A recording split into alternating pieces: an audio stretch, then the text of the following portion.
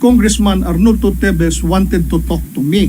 The good congressman and his entourage coming to our office. Ano nga, ulitin mo nga yung sinabi niya sa'yo? Yung pagpasok niya? mga screen. Thank you. You have the floor now, Attorney Oliva. Good morning, Your Honor. I am Attorney Renan Oliva, the current Regional Director of the National Bureau of Investigation based in Cebu City.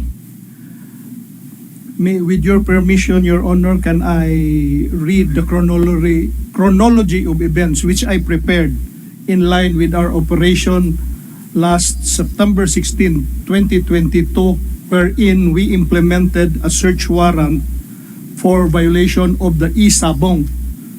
This search warrant was issued by the Honorable Grace Veloso Fernandez of the Regional Trial Court, Branch 19, Cebu City. This was implemented against a Minik and Kalahuan cockpit located at Barangay Kalahuan, Minglanilla, Cebu for violation of PD 1602 in relation to RA 10175, which is the cybercrime law. As a result of our successful operation, we arrested the operators of said cockpit, namely Sergio Santos Lo, alias Dongdong Ong, and Carlos Oy Gotong III, alias June Gotong, as well as 37 other employees who was caught in the act of doing a live streaming of an actual E-sabong operation under the website goperia.net. The service of the search warrant was witnessed by the sister-in-law of subject Carlos Gotong III, who is Attorney Pauline Gotong, as well as the barangay captain and barangay officials of Barangay Kalahuan, Minglanilla, Cebu. On September 19, 2022, all the arrested persons were brought to the Cebu Provincial Prosecutor's Office, for inquest proceedings for violation of the PD 1602 in relation to 10175. They were represented this time by at least 5 lawyers. 3 lawyers were Dumaguete-based lawyers and 2 lawyers were based in Cebu. After the inquest, the Provincial Prosecutor of Cebu filed the case before the RTC of Naga City, Cebu, who has jurisdiction of the case. The case was referred to Branch 76, the Regional Trial Court of Naga, Cebu, presided by Judge Dennis Larubis. After we returned the search warrant before the issuing court, together with the seized items composed of video streaming paraphernalia, computers, as well as cash amounting to approximately 2.6 million pesos. On the same day of April 19, 2022, I received a call from a colleague in the person of then Assistant Regional Director Noel Bukaling of NBI Pampanga, and asked me that Congressman Arnoldo Teves wanted to talk to me. I asked him what was that about. He told me it was about the operation that we conducted against the E-sabong. I told ARD Bukaling that the case is already filed in court. In fact, the suspects were already represented by their lawyers, but he insisted that he told me na pakusapan mo, i-meet mo lang si congressman because magandang okay na tao yan. So on September 20 at around 3:41 p.m., Congressman Arturo Teves together with a certain Mr. Tomasino Cabase Aledro alias Tokoy and their entourage arrived at the NBI office. The opening statement of Congressman Teves to me was that he was not connected to E-sabong activities and that he had already delegated that to his friends. He then proceeded to ask me who authorized the operation, which I told him it was our director, in line with the order of our president to stop all E-sabong activities. I told him frankly that the said area, the said cockpit which we raided, was not even registered under the PAGCOR. Those in cockpits that were registered with PAGCOR even stopped their operation heeding to the order of the presidents. As I remember, it has been 2 presidents already, President Roa Duterte and President Marcos, who ordered the stop of this E-sabong. I was then surprised of his response to me, which he told me that he will sue my men for stealing 7 million pesos at the cockpit. He continued to say that he will spare me from the case if I make it negative of any incoming operations against E-sabong.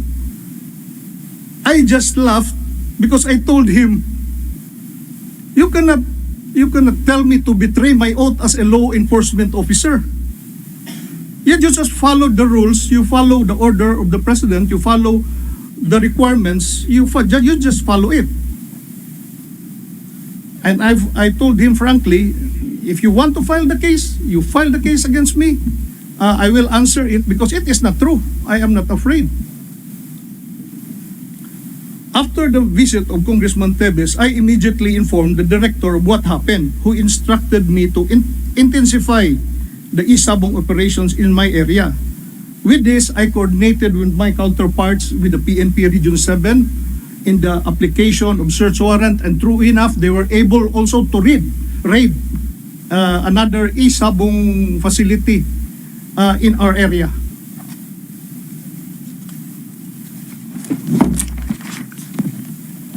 However, on October 25, the information that the Cebu Provincial Prosecutor's Office filed was quashed by the Honorable Judge Dennis Larobis on the grounds that the acts charged in the information does not fall within the acts prescribed under PD 1602 in relation to RA 10175. On September 3, we filed a motion for reconsideration before the Honorable Court, arguing that the cases we filed originated from a search warrant issued by another court for the same violation, as well as the inquest proceedings conducted by the Cebu Provincial Prosecutor's Office, who sustained our recommendation.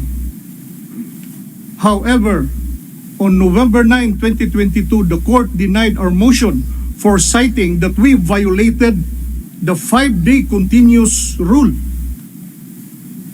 when we filed the case on the 6th day.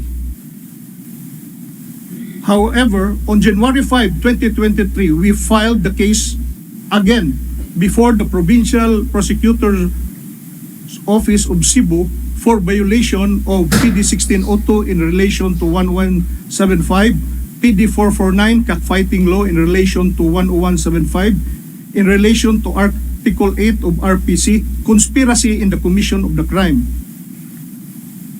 After our refiling on February 28, 2023, 5 months after we raided the E-sabong operation in Minglanilla, a case was filed against me and my men before the Office of the Ombudsman for Visayas for irregularity in the service of search warrant and fabricated a story that we stole 9 million cash. Nidako na. From 7 million na himo ng 9 million. Days before the filing of the harassment suit, a video was spread in social media showing spliced portions of the CCTV footage during the operation. They intentionally omitted the inventory conducted by my arresting officers in the presence of their lawyer as well as the barangay captain and officials of the barangay Kalahuan in Minglanilla, Cebu. After the filing of the harassment case, we filed a press release stating that the National Bureau of Investigation takes exception to the published reports on the alleged abuse in the service of search warrant, robbery, and grave misconduct by the NBI Regional Director and operatives. We believe that this issue is related to the refiling of cases by our office against the illegal E-sabong operators and staff of the Anemic and Kalahuan who continue to defy the order of no less than 2 presidents to stop illegal E-sabong activities. The same individuals are facing similar charges filed by our counterpart, the PNP. To date, no copy of the formal complaint has been received in relation to the allegations being broadcasted against us. Nonetheless, once furnished with the same, the NBI will answer the allegations in accordance with the legal procedure in the proper forum. Rest assured, the NBI will continue to resolutely perform its mandate in providing quality investigative services to the public. Thank you, sir. Thank you, Attorney Oliva, and thank you for your totoong paninerbisyo. So, at hindi nagpapatakot. Yeah, you want to say something? Yes, sir. Yeah, go ahead. I have screenshots of the CCTV footage showing the good congressman and his entourage coming to our office. May mga kuan na, sir. Ano nga, ulitin mo nga yung sinabi niya sa'yo? Yung pagpasok niya? mga screenshots, sir, ng mga CCTV footage namin. Yeah, I get it. Yes, But yung mga, the exact words that he said during your conversation.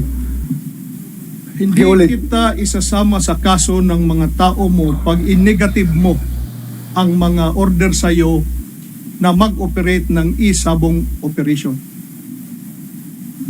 Alam mo, kung ako sinabihan nun, sagutin ko rin siya, how dare you? Who you? Ha? Para sabihan mo ako ng ganun.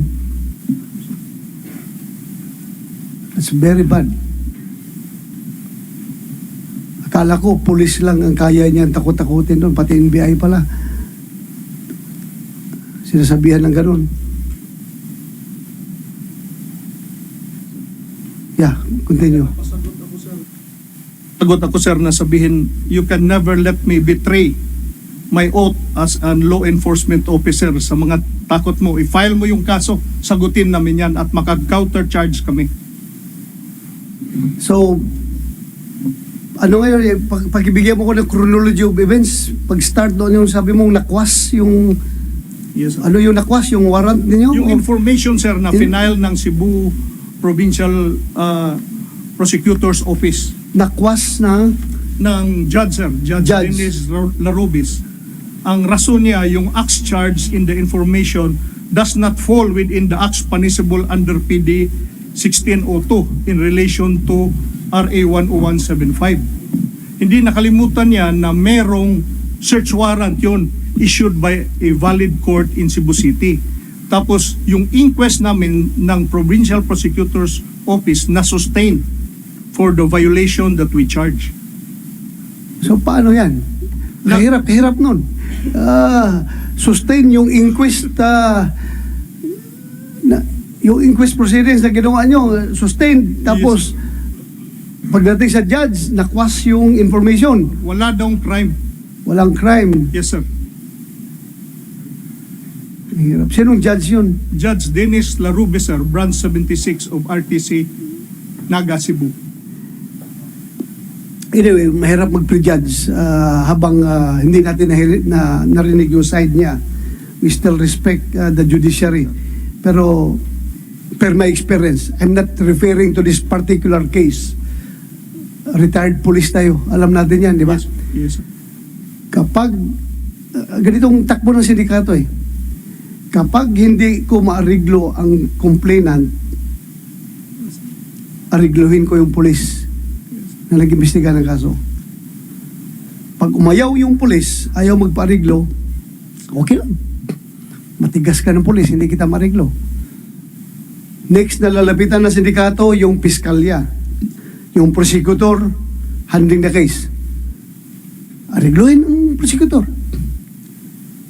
Kapag hindi na-ariglo ang prosecutor, matigas ka na piskal, ayaw mo kong pagbigyan. Sige lang, tingnan natin. Buhusan ko ng malaking pera itong judge na may hawak nitong kaso na ito. Arigluhin ko ito. I am not specifying any particular judge, any particular fiscal, any particular policeman, investigator. But it is really happening in the Philippines. Kaya yan po ang napakasaklap na katotohanan. Ikaw, na NBI, you are doing your job diligently. Pagtapos, pag na-dismiss ang kaso, walang ibang sisihin. Sabihin kagad ng piskal, failure ng handling of evidence, yung failure sa yung chain of custody of evidence, yung mga technicality kagad yan. Lahat tayo, ang law enforcement palagi whipping boy. And hindi alam ng taong bayan yan na itong criminal system ng Pilipinas is composed of 5 pillars. Isa lang dyan yung law enforcement. Yung police at NBI, nandyan sa law enforcement. After law enforcement, andyan na prosecution. Sunod, andyan yung courts. After that, andyan yung rehabilitation, yung bucor, and afterwards, yung community. Yung buong community na. Pero, kapag hindi nag-progress ang kaso, walang palaging sisisihin, kundi ang law enforcement, ang police o ang NBI. Hindi nila alam na nariglo pala yung piskal. Hindi yan sasabihin na nariglo pala yung judge. Ang palagi sinasabi, nariglo ang police, nariglo ang NBI. So yun po ang sama ng loob natin. Pareho tayo ng frustration sa sistema. Itong ating criminal justice system. Napakahirap. We are the whipping boy palagi sa ating buong sistema. Lalong-lalo na't mayroong mga powerful, mga mayayaman na politiko na nasa likuran. Yun, taka ka na lang, na-dismiss ang kaso. Ikaw pa ngayon ang kina-countercharge. Pinailan ka ng kaso. Where is justice in this world? Nagtatrabaho ka lang. Ikaw pang hindi ma-promote ngayon dahil may pending case ka.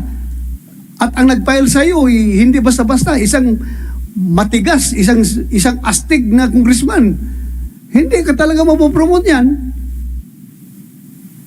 Ang hirap ng buhay natin. Napakahirap. Kaya ngayon, senador na ako, hanapan natin ang paraan yan.